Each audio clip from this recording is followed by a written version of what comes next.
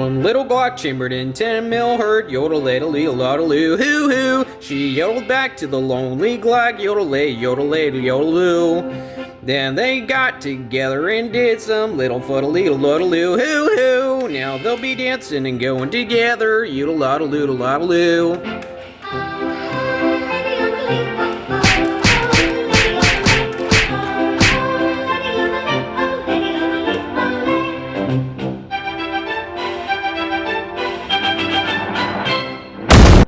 Soon they'll be wed and become a trio, yodel-ladle-loo-lodel-loo.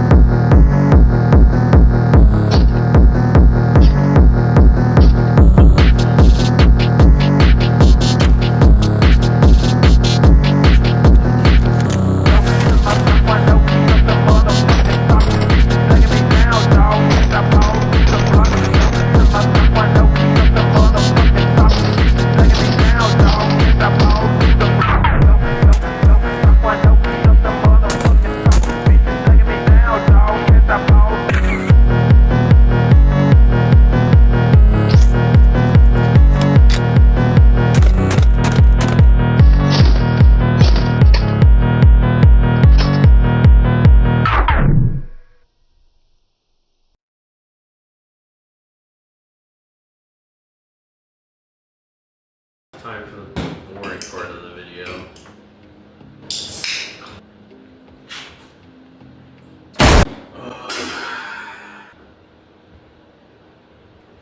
If I could talk! Hey everyone, I'm Marvin Haymeyer, and you're watching another episode of Wild Garbage.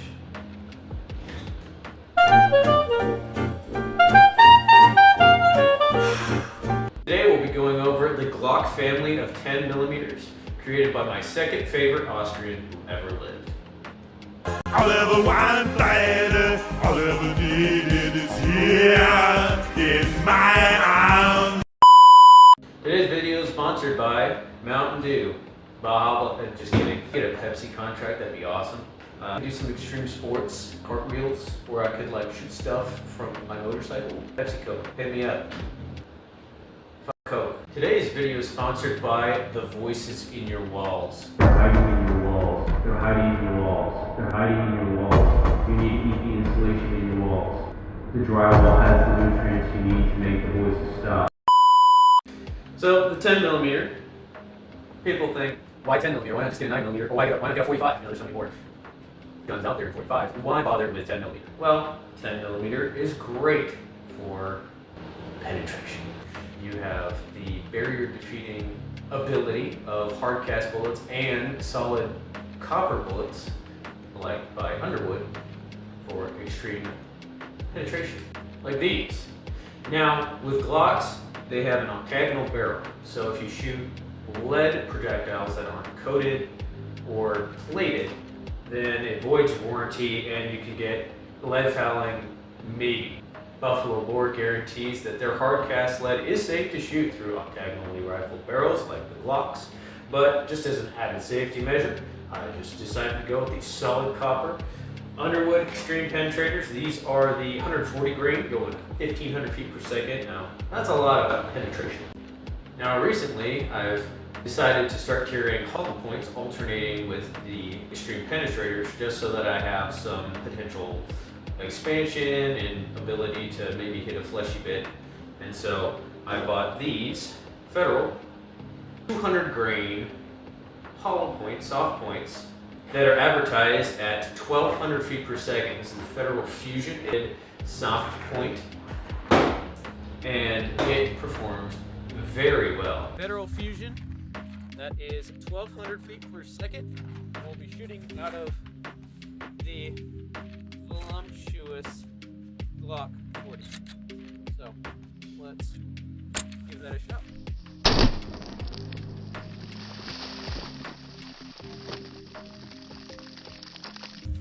I am now very wet.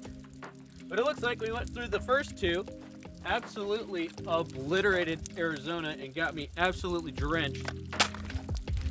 Straight through, clean. The first bottle into the, that would be the fourth bottle. Beautiful. Nice, pedaled out. Decent penetration, but really good expansion. And creates just a beautiful pedal. Nice and bonded, all in one piece. Beautiful expansion, decent penetration, 3.5 jugs of water, which I would venture would be plenty for your average 4-legged furry thread, and well adequate for your 2-legged variety of threads. This is a great option. 10mm is a great options for magazine limited states like California. I have a buddy of mine who lives in the Communist Republic of California, and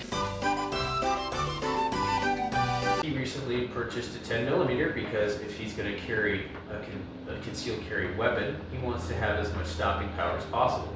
And the benefit to 9mm is arguably you could carry more ammo in the same space and have a slimmer profile. But in California, you have 10 rounds regardless. So having a 10mm is very optimal, especially in such a small package as this Glock 29 here. You have a flush fit magazine that holds 10 rounds. California is so happy. They will bust a nut because Glock did that for them. And the Gen 3s, well, I don't know what the current law is happening against Glocks in California, but you used to be able to purchase the Gen 3s. They were on the roster for a while. Now for the order of release, Glock has a very confusing model system for their firearms. Instead of having a Glock 17 chambered in 40 caliber, they just made a new model, the Glock 22. Now in this case, the Glock 20 was first to be released before any of these others. So the Glock 20 was Gaston Glock's response to the FBI's desire for penetration. They're wanting to go towards this 10mm round. Smith and Wesson was having problems with their semi-automatic firearm. And so Gaston Glock sneakily stole a projectile, chambered a barrel, and created their basically their large frame. Bigger than a Glock 17, but the overall profile is very similar. And so this was Gaston Glock's submission for the FBI's handgun new service weapon contract. And so that one was released first. And then later on down the line, Gaston Glock wanted to shrink things down a little bit, so he went to the Glock 26 line for some concealed carry, which is their 9mm, the 27 and 40 Smith and Wesson, and the Glock 29 in 10mm. And as you can see, it is quite a bit smaller than the Glock 20. Gives you about an inch less off the barrel and an inch less off the bottom of the grip, which is great for concealability, for an ankle gun or deep concealment, or for when you're in deep cover and you need something that won't print very much. This is a very good size for that. And then came along Gaston Glock, went from small and now he wanted to go big, so he started making the models Glock 34, chambered in 9mm, Glock 35, chambered in 40 Smith & Wesson, all the way up to Glock 40, which is a long barrel 10mm. Now this one comes with the MOS slide as well as adjustable rear sights. Now you can tell the length is significantly more. This is you. This is your wife's boyfriend. Okay? So, well, maybe this is you. And this is your wife's boyfriend. So, very stark difference in size. However, this is more tailored towards either duty use with an external holster or for hunting. There's stories of gentlemen taking plenty of white-tailed deer with 10mm, and coupled with these Federal Fusion hollow points, they would definitely do good against deer. I would have no qualms hunting with a sidearm like the 10mm with the right load out of the longer barrel, so you're getting that a little bit extra velocity. Some other YouTubers have been doing best to get about, for this barrel difference, you get maybe 100 feet per second more, 150 feet per second more, which is significant when you're going from 1100 to 1250 potentially. That is a lot more energy you can put down range, especially if you're at close range. And if you're not at close range, maybe a 40-yard shot, if you have a red dot or you have your sights dialed in, you have a lot of practice, the Glock 40 is a good option for that if you are interested in pistol hunting and your state allows semi-auto. You know what? Who cares? Do your research. I'm not a lawyer. I'm just a retard on the internet who drinks way too much caffeine and has expensive hobbies. Now for holsters, you have a few different options. This holster is a really nice hard-sided leather holster by MASC International, and it fits the Glock 29 perfectly, as well as the Glock 20 with a slight protrusion on the butt, as well as the Glock 40. So that's an option for you. Otherwise, I'd recommend going with a weapon-mounted flashlight. This is a TLR1HL. I have it on my woods gun. This is the gun I carry out in the woods for bear protection, because if it's late at night and I hear something rustling in the bushes, I want to have a flashlight on there so I can see if it's actually a furry bear or it's just Jimmy John jimmying his John in the bushes late at night because he couldn't sleep. This is what it looks like on the Glock 29. However, the holsters that I have will not accommodate the Glock 29 because it has a slightly wider slide due to the mass of the projectile and being a blowback tilting barrel recoil design. I had to add mass to the slide itself, so it's a little bit wider, so it doesn't actually fit in either of my shrouded holsters that accept this light. However, I have additively manufactured in the third dimension a TLR1 flashlight only holster that was free, and it has really good retention, and it gives you that kind of cyberpunk sci-fi look when it is on your thigh. And with just the push of this button, you can release it, draw the firearm, and you have the flashlight there. It even looks more cyberpunk when you add magazine with the little extension there. Short barrel, big flashlight, big magazine. That just looks pretty cyberpunk. Blasts and synths in the face with this pup. And then of course the Glock 20 with the TLR1 HL.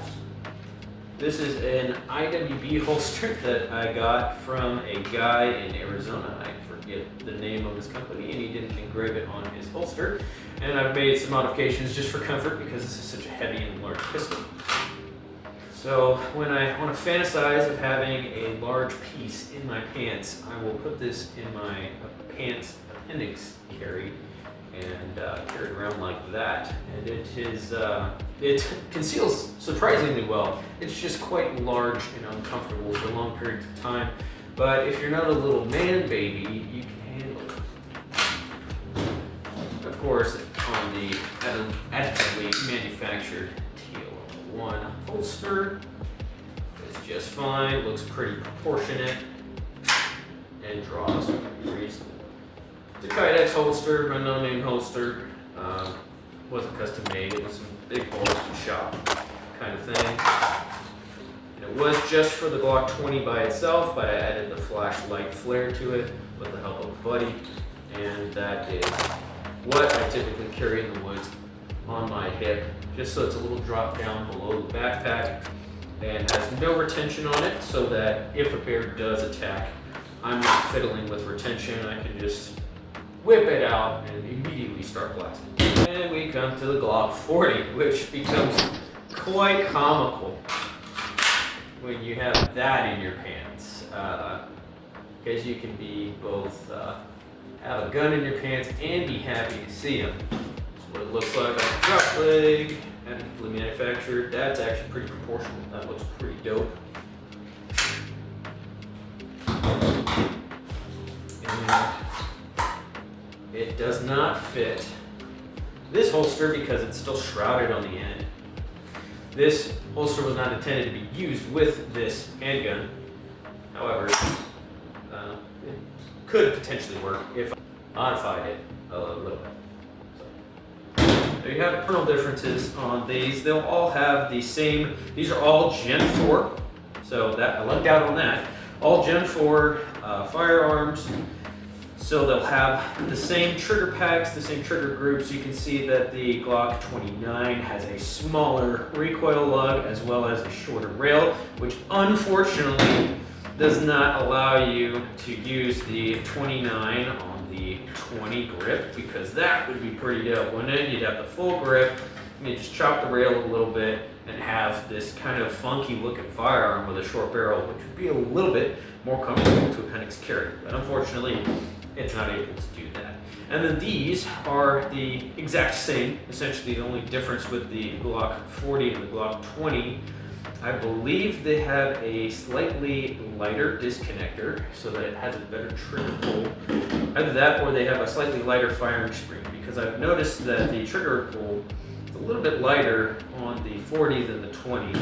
And then the 29 has had some trigger work done to it that makes it exceptionally light and very smooth. As you can tell, the barrel sizes are, all just a little bit different. Here's a size comparison between all three right there. That's pretty neat. From the 29 to the 40, that's almost double the rifle barrel. And then in terms of recoil spring, of course, the 29 is going to be smaller than the 20. However, the 20 and the 40, I believe, are the same. They look the same. They have the same amount of coils, from what I can tell from my little chimp brain. And then between all three slides, you have, of course, the size differences between length. But I have noticed that the 29, they put a lighter plunger spring than the 20 and the 40. So that helps with the trigger pull and the feel of the trigger, as well as a lighter striker spring, so that it improves the trigger.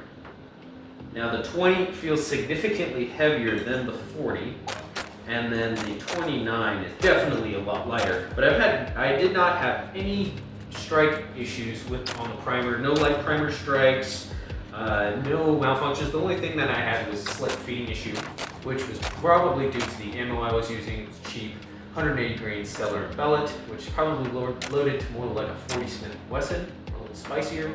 And I was having the occasional hang up in the 29 where it would just not quite go into battery, kind of hang up a little bit. And then I had a full magazine in the Glock 40 that would not feed at all. I had to basically spank the magazine every round just to get it to seep in the rest of the way, until about the last 5 rounds of the magazine, then it fed. So it could have been a magazine issue, it could have been a feeding issue, or it could have just been that it's dirty, it needs to be a little lubricated, but it's Glock, so it should feed everything. So I don't know, chalk that up for what you will. Buy cheap ammo, win cheap prices, that kind of thing.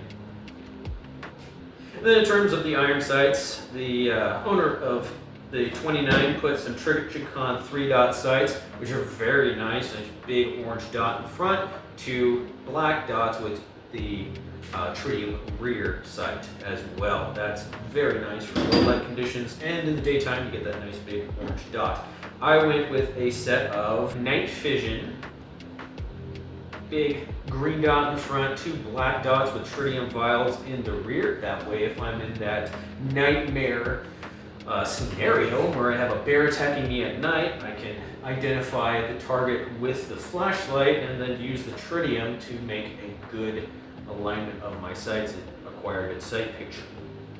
And then, as I went over, the Glock 40 just has the regular, the competition sights, I guess, the adjustable rear sight and the front sight is fixed. I'm not a particular fan of the soccer ball and goalie style of sights. That's why one of the first things that I do to every single Glock I get is I get an extended slide release so that my little baby strength thumbs can drop the slide on a full magazine so I can manipulate it better versus this kind of untextured, flat, and non-leveraging slide release, as well as iron sights that don't suck. Now, as you can tell, this Glock 20 doesn't quite look right. When I look at it, I stare deep into those holes, and I start feeling a bit anxious and like I want to hide in a kitchen cabinet. That is because I decided to take out a wood burner and stipple my own Glock. Now, if you're going to do this, make sure you practice, make sure you come up with a pattern that you like. I don't particularly love this pattern. However, I oiled up my hands really good, and I put my hands really into it, and it grips like none other. So if I'm fishing and I'm descaling a fish, I've got slime all over my hands.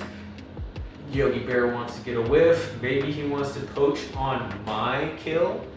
I can go ahead and draw this and have really good grip. And it is a little bit too aggressive, like I mentioned, depending on tearing. It is a little bit rough. And I did take some sandpaper down on it just to knock down the tall edges, but it's still suboptimal. But for what I use it for, outdoor use mostly, it works great. And I did this rattle can, super dark, well, I want to call it black multicam. Nice multicam, but it didn't really turn out like that. So I just call it my frog skin paint job. And what I also did is, as you can see, this has a slight recess on the, I undercut the trigger guard just a little bit because the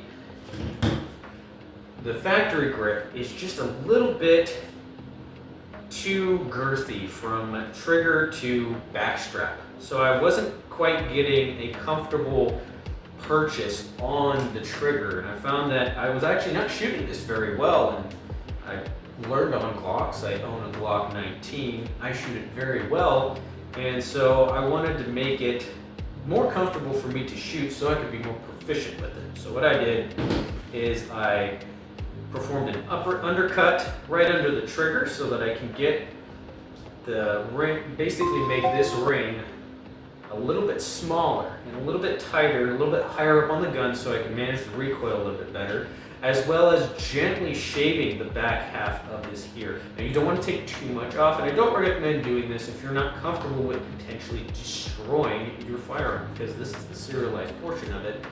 And from what I understand, when I tried to look for the large frames, it was very difficult to find a serialized large frame, let alone anything of the 80% variety. So heed that as a word of caution. I also knocked down the finger dubs, except for this little one because Sig started doing that little recess thing, and I kind of liked what it was doing, and I found that it actually helps me get a good grip and kind of some leverage downward with just my like 3-finger blaster action. So that helps, as well as a little stippling here as like a quasi gas pedal, and then some stippling up here as a reference point so that I can put my finger there and know, all right, I'm right where I need to be. Oh, but you can just use your takedown lever, you know exactly where you need to be. Yeah, but if I need to shoot this left-handed because my right hand went down, but my right hand support's gonna still support it, but I can't shoot with my right hand. All these scenarios, you don't understand the voices that tell me these random scenarios that I have to come up with solutions all the time. You wouldn't understand. My life is hard. I shoot this gun so well now, and the double taps, I'm able to follow up very good, very well. 40-yard shots, if I have some time to make the shot, I could hit it probably 4 times out of a magazine of 15, which at 40 yards out of a handgun is plenty optimal. Beyond that, you're kind of grasping at straws justifying using a firearm in self-defense unless you know that that threat is imminent, like they have a firearm shooting at you and they are progressing on you, then yeah, a 40-yard shot I'd say is justified as long as they're shooting at you and not beyond you, and they're not saying, "Stop, police, show me your hands." So those are the modifications that I've done, as well as a beautiful little icon of a bear, because that's what this gun is for. Now on to the shooting experience. Starting with the Glock 40, I found that it was very comfortable. The slide is kind of chunky. I don't know how to explain it. It's a lot of mass moving back and forth. So I found that once I figured out the rhythm of where the gun lined up, I was able to become pretty fast, relatively accurate with it. Not as fast and accurate as the Glock 20, just because the grip module is not as comfortable to my hands. It's still that big, chunky feeling Glock that I did away with when I modified this, as well as I had a little bit of trouble finding that front sight, because in this little goalpost box, it's great for target and competition, I'm sure, and possibly even hunting. But I found that trying to shoot it fast, I was just kind of looking for the sights, and the front sight, especially when transitioning from target to target, I found that I was looking more for that front sight before pulling the trigger, because just maybe that extra sway on the end of the muzzle, which I need to practice with it more to feel comfortable in the woods with it. Glock 20 I found to be the best that I'm proficient with because I have the most time behind it. I probably have 300 or 400 rounds through it at this point. And now that I've made that modification to my firearm, I really love this gun. The only thing that would make this gun a little bit better is if I put in a better trigger. Just because it's got a lot of that creep, and there's a slight wall and then a rolling brake that I don't love. It's quite icky, and I found that I could be very accurate with this firearm, and with that little accelerator edge or whatever, the gas pedal ledge, I'm able to keep the muzzle down, especially with a proper grip. I can just drive this gun into the target really well. So there's that. And the Glock 29 takes it, for me, it's the perfect size for carry. However, the shooting experience is a little bit more abrupt and brash. So being that it has less mass on the front end to counteract that recoil, it has to have a heavier spring, and of course it has more mass in the slide to be adequate for the recoil. However, since there's less axis on it to counteract it, you're just getting a lot of beating, especially in the knuckle here. If you're not gripping it properly, or if you have smaller hands, this part right here will just kind of dig into that bottom knuckle and your middle finger, and it's just not a great day for people who have poor grip and small hands. But once I was able to get a feel for the recoil impulse, as well as get a good purchase on the limited surface area of this Glock 29, I was able to actually shoot it pretty fast and reasonably accurate. I did not have as much accuracy as the 20. However, it did perform very well in terms of reliability, other than a couple of hiccups with the cellar and bellet. The biggest gripe that I have with the 29 is the grip. I wish that it would just be flush with that, and that it would have maybe a little bit of a grip extension. I know they make the little finger diddler on the bottom, but I found that when I was doing reloads, especially with those, I would drop the magazine, or sometimes the magazine wouldn't even drop. I pushed the button, but since my fingers are there, I had to open my hand like I do with my 26. I'm used to reloading like that. But then when I was inserting the new magazine, I would get a little bit of the meat of my hand stuck in the back of that X grip there, and it would prevent it from seating all the way, as well as be very uncomfortable, so I'd have to shift my grip again, seat the magazine, and then drop the slide. So definitely not optimal. I would prefer it if it just had that little bit extra, just a 1/4 inch on the bottom, as well as an uppercut, probably a little bit of a back dovetail cut, just so that I can get a little bit more tighter circle on the grip there. But other than that, this is a great concealed carry option. I would definitely prefer carrying this daily than carrying this daily. And I can shoot this adequate enough in a self-defense scenario where if there was a bear or a charging moose or a fent head trying to steal the copper wires in my house, no problems carrying this and shooting this, especially if I got an optics cut variant. So that concludes everything I wanted to talk about. These are all very good options. Which one's the right one for you? I don't know. Go to a gun store, put one in your hand, feel it, fondle it. If they'll let you pull the trigger, pick the one that suits you best. If you're going to conceal carry a lot and you have reasonable sized hands, then maybe the Glock 29 is for you. Practice with it. Take a pistol course. Or if you're a hunter and you want to shoot the Glock 40, absolutely, have at it. Good velocities. You're getting 100 to 150 more feet per second, depending on the load. And that can be significant enough between, not penetrating deep enough into the vitals to just bouncing off and deflecting off a bone. So if that's your prerogative, go for it.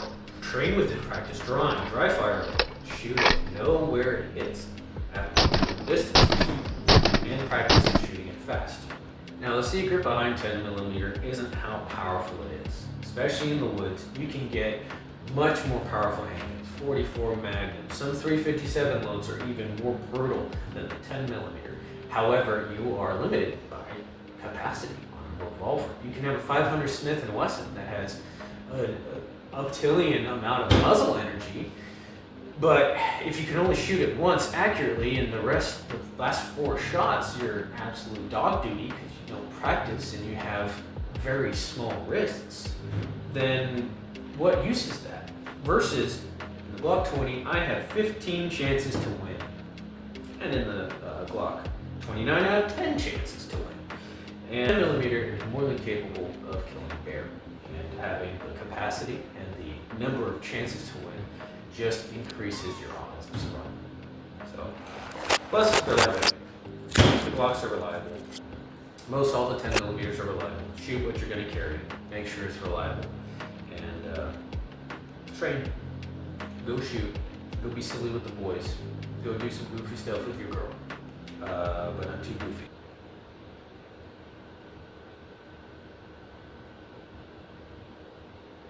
I got nothing else. This is a valve, I'm assuming from an exhaust valve from unknown engine, but it's pretty cool. Someone made it into a little spike. You can use that, or you can point there's like a hole there. There's quite a few little holes. Or you can stab stuff with it. Just like go on.